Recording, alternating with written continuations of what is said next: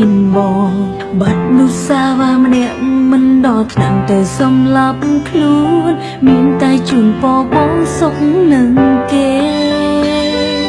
បច្ចុប្បន្នចប់ទៅហើយអាដឹងត្រឡប់ក្រោយវិញជីកប់ក្តីស្រឡាញ់មិនអោយសេះសល់លើបងទេ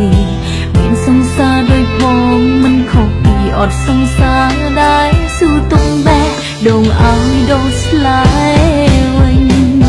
បងក្បត់អូនមួយដងតែបេះដូងឈឺស្ទើរមួយជាតិ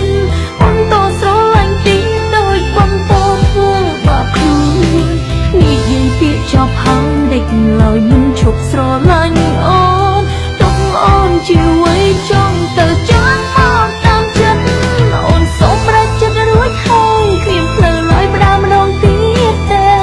ពីងសុំទុំនាងមេបដោបានត្រឹមចំណងវិត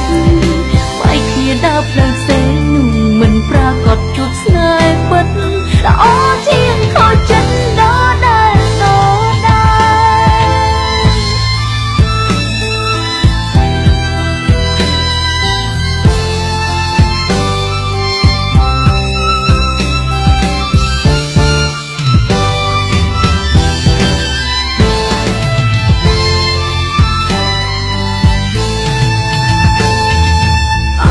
វត្តមានបងជីវិតអូនរស់សុខគ្រាន់បើ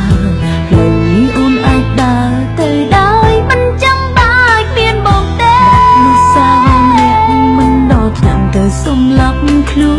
នមានតែជូនពរបងសុខនឹងគេបច្ចុប្បន្នចប់ទៅហើយអាដឹងត្រឡប់ក្រោយវិញជីកប់ក្តីស្រឡាញ់មិនអោយសេះសល់លើបងទេមានសង្សារដូចបងមិនខុសពីអត់សង្សារដែរស៊ូទុំបែដងអោយដងស្លាយវិញ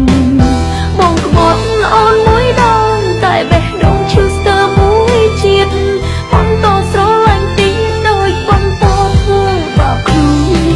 និយាយពាក្យចប់ហើយដេកឡើយមិនឈប់ស្រឡាញ់អូនទុកអូនជាអ្វីចង់ទៅចាស់មកតាមចិត្ត